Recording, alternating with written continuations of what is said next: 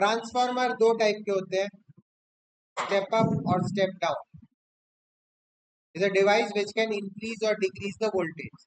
कम को ज्यादा को कम कर सकता है। स्टेप अप मतलब जो कम को ज्यादा करता है, और स्टेप डाउन मतलब जो ज्यादा को कम करता है। मोबाइल चार्जर में ट्रांसफार्मर होता है, 240 वोल्ट को कितने 5 वोल्ट वगैरह में कन्वर्ट कर देता है। ट्रांसफार्मर में तो होता ही है, वोल्टेज स्टेबलाइजर में होता है, इंडक्शन फर्नेस में होता है, वेल्डिंग ट्रांसफार्मर में होता है। अलग अलग टाइप के ट्रांसफार्मर में ये वाला सीन चलता है। वर्क्स ऑन म्यूचुअल इंडक्शन, हम लोग पढ़े थे म्यूचुअल इंडक्शन। एक कॉइल के कारण दूसरे में इंड्यूस होता है, उसके कारण पहले में वापस इंड्यूस हो जाता है, ठीक है, वो चीज। कंस्ट्रक्शन, एक प्राइमरी कॉइल होता है, एक सेकेंडरी कॉइल होता है। इनपुट कॉइल को प्राइमरी कॉइल कहा जाता है, के नंबर ऑफ टर्न्स को एनपी कहा जाता है, जिसको एसी में लगाया जाता है।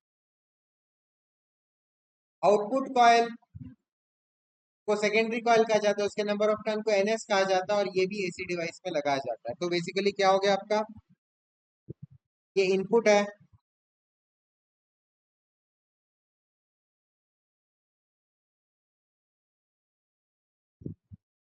ये गया, ये इनपुट कॉइल है, ठीक है, प्राइमरी कॉइल। इसी में एक और कॉइल रहेगा,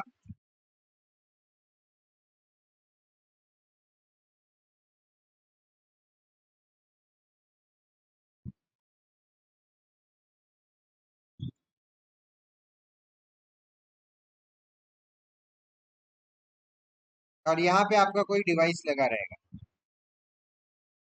इधर पे एक रेजिस्टेंस रहेगा। क्या हो रहा है देखो, ये आपका प्राइमरी कॉइल हो गया, ये आपका सेकेंडरी कॉइल हो गया। दोनों सेम कोर के ऊपर वाइंड किए रहते हैं। एक कोर ट्रांसफार्मर कोर होता है, उसी के ऊपर प्राइमरी भी रहता है, उसी के ऊपर सेकेंडरी भी रहता है। प्राइमरी में जब करंट चेंज होगा तो उसके कारण सेकेंडरी में ईएमएफ इंड्यूस होगा। पढ़े हम लोग, है ना, जब करंट चेंज होता है तभी ईएमएफ इंड्यूस होता है।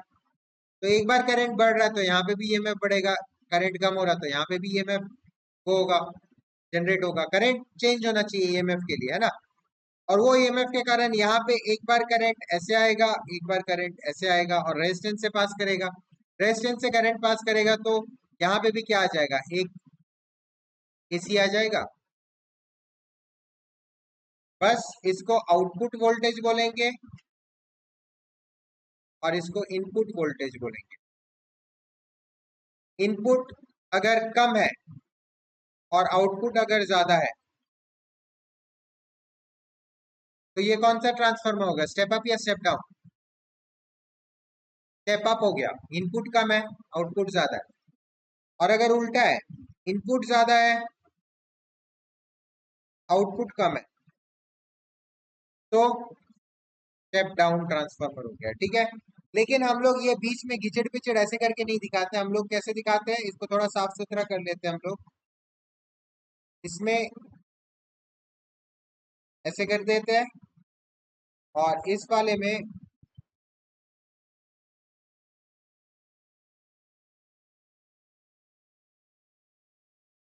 ऐसे कर देते हैं, और बीच में जो कोर है उसको ऐसे दो लाइन से दिखा देते हैं। आ रहा है समझ में? जो पहले बनाया था that is the actual construction, ये जो बुक्स में आपको दिखेगा, ठीक है। अब इसको, इसके नंबर ऑफ टर्न्स को मैं एनपी बोलूंगा, इसके नंबर ऑफ टर्न को एनएस बोलूंगा, प्राइमरी और सेकेंडरी, ठीक है। Both coils are wound over the same soft iron core and perfectly insulated. Insulation रहना चाहिए, एक तार से दूसरे तार में शॉर्ट सर्किट नहीं होना चाहिए, नहीं तो ट्रांसफार्मर जल जाता है, ठीक है। अजम्पशंस क्या लेते हैं, primary current small, secondary current small. Current को स्मॉल ही लेते हैं इनपुट आउटपुट दोनों में, वोल्टेज को ज्यादा या कम करते हैं।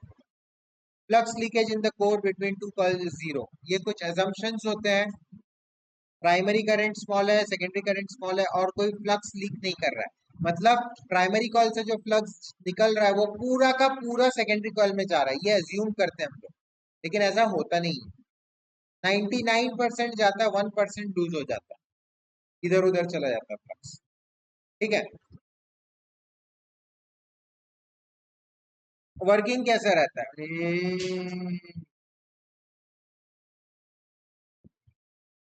जैसे ही प्राइमरी कॉइल को एसी में करते हो an alternating magnetic flux is set up, as a result AC is induced in the secondary coil. Primary में जैसे ही आपने एसी दिया, एक मैग्नेटिक फ्लक्स बन जाएगा जो कि कंटिन्यूस चेंज हो रहा है क्योंकि करंट चेंज हो रहा है, और उसके कारण सेकेंडरी कॉइल में एक ऑल्टरनेटिंग ईएमएफ इंड्यूस हो जाएगा। ये देखो 110 वोल्ट यहाँ पे दिया, यहाँ 220 वोल्ट निकला। ठीक है, ये है एग्जांपल। देखो एन की कम है, एन एस ज्यादा है, number of turns in secondary ज्यादा है प्राइमरी से। और देखो वोल्टेज भी क्या हो रहा है, बढ़ रहा है, तो ये क्या हो गया, स्टेप अप। और यहाँ पे देखो एन पी ज्यादा है एन एस से, और वोल्टेज भी देखो कम है, तो ये क्या हो गया, स्टेप डाउन। आए समझ में?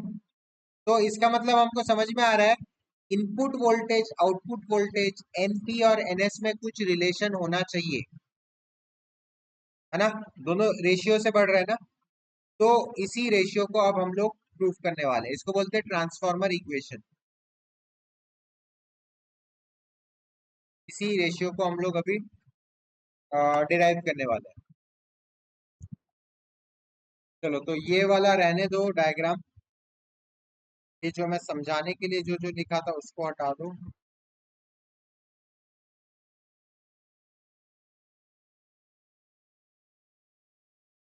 ठीक है, और ये भी हटा दो।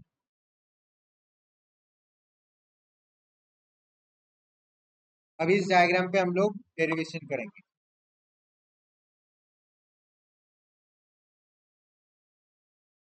ये इंपॉर्टेंट है, हाँ? अच्छा खासा 3-4 मार्क्स के लिए डायरेक्ट आता है। Induced EMF in secondary coil E2, या फिर इसको ऐसे लिख, क्या हो जाएगा, -N2 d∅dt, है ना? ईएमआई वाला फॉर्मूला लगा, from Lenz law.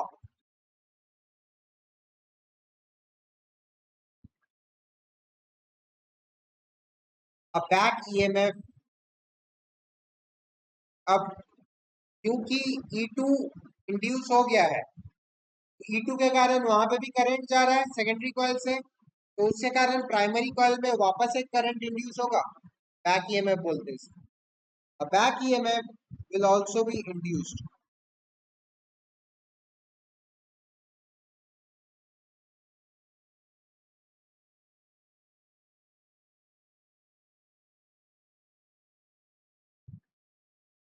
in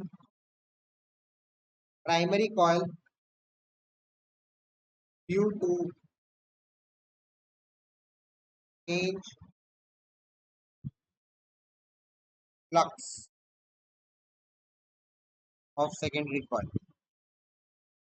back EMF भी आएगा, तो बैक ईएमएफ कितना होगा, E1 is equal to minus N1 d∅dt।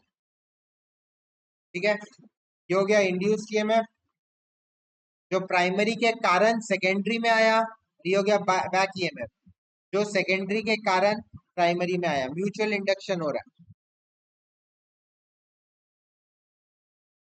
Because internal resistance is zero, internal resistance में कुछ नहीं होता क्योंकि सारा का सारा वायर ही है, there is no resistance, internal resistance equal to zero. EMF is equal to terminal potential difference होगा। ये कौन सा फॉर्मूला से आया, is equal to V plus I R, तो इसमें इंटरनल रेजिस्टेंस तो है नहीं, तो ये वाला टर्म पूरा ही हट गया, इज इक्वल टू वी। ठीक है, and EMF induced in 2 is equal to V2। इतना आ गया समझ में? तो फिर मैं क्या लिख सकता हूँ? डिवाइडिंग, ये इक्वेशन 1 है, ये इक्वेशन 2 है।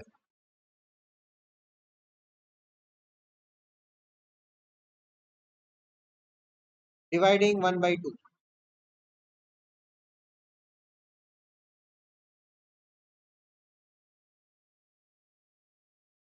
EMF 1 by EMF 2 is equal to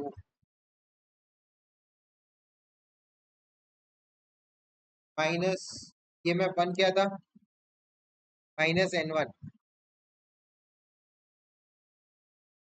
by dt by minus N2 by dt, और ये क्या हो जाएगा? V1 by V2 हो जाएगा, है ना? कटा कटा, माइनस कटा माइनस कटा, तो V1 by V2 equal to N1 by, अरे अरे अरे रुक जाओ रुक जाओ,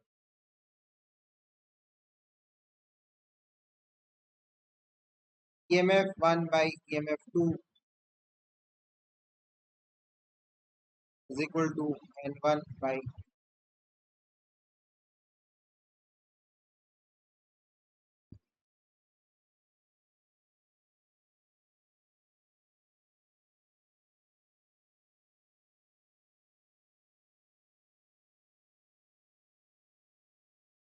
हाँ, इक्वल टू 1 by V2। ठीक है, तो मेरा फाइनल क्या आ गया? V1 by V2 is equal to N1 by N2। मतलब दोनों का वोल्टेज किस रेशियो में रहेगा? जिस रेशियो में उनका नंबर ऑफ टर्न्स रहेगा। ठीक, अब सेकेंड पार्ट इसका, ये इक्वेशन 3 दे दो नाम इसका। If transformer is 100% efficient, so input power is equal to output power। Transformer में हम लोग लॉस जीरो मान के चले थे assumption में।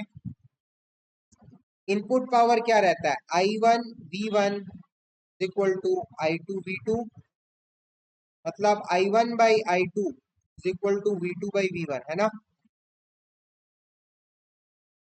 और V2 by V1 क्या था? यहां से देखो, N2 by N1 हो जाएगा, where V2 by V1 is equal to N2 by N1। का मतलब क्या हो गया? I1 by I2 equal to N2 by N1। Cross multiply कर लो, I1 N1 equal to I2।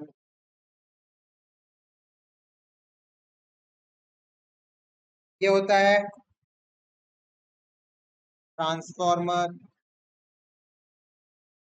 Equation. I1 N1 is equal to I2।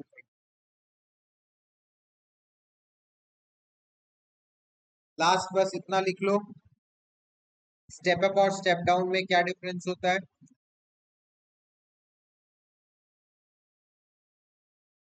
Step up, step down.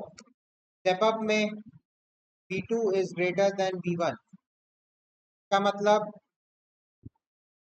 N2 is greater than N1, क्योंकि दोनों same थे ना, proportional थे equation 1 से। इसका मतलब क्या? I क्या हो जाएगा? I इनवर्स था, तो I2 is less than I1। Secondary coil में जो करंट है वो लेस होता है I1 से। स्टेप डाउन में इसका जस्ट उल्टा, V2 is less than V1, N2 is less than N1 and I2 is greater than I1। ठीक है, ये बेसिक डिफरेंस है स्टेप अप और स्टेप डाउन ट्रांसफर।